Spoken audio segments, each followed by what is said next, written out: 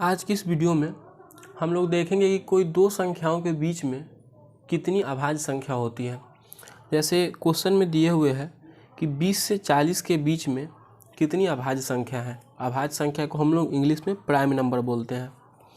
तो 20 से 40 के बीच में अभाज्य संख्या निकालने के लिए सबसे पहले हम लोग को ये पता होना चाहिए कि 20 से 30 के बीच में कितनी अभाज्य संख्या है और 30 से 40 के बीच में कितनी अभाज्य संख्या है।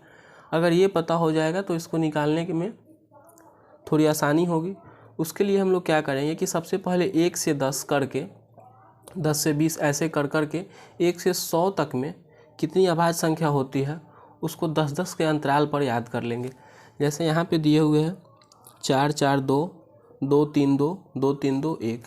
ये जो है सो 1 से 100 तक में हर 10 अंक के बाद 10 अंक के बाद का अभाज्य संख्या के बारे में बताया हुआ है। जैसे 1 से 10 तक में 4 होता है, 10 से 20 में 4, 20 से 30 में 2, 30 से 40 में 2, ऐसे ही 1 से 100 तक में बताया हुआ है।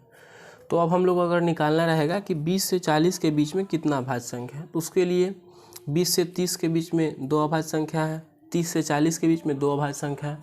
तो यहाँ पे क्या करेंगे कि सबसे पहले 20 और 30 के बीच में जो अभाज्य संख्या उसको लिखेंगे, फिर 30 से 40 के बीच में जो अभाज्य संख्या उसको लिखेंगे और दोनों को ऐड कर देंगे।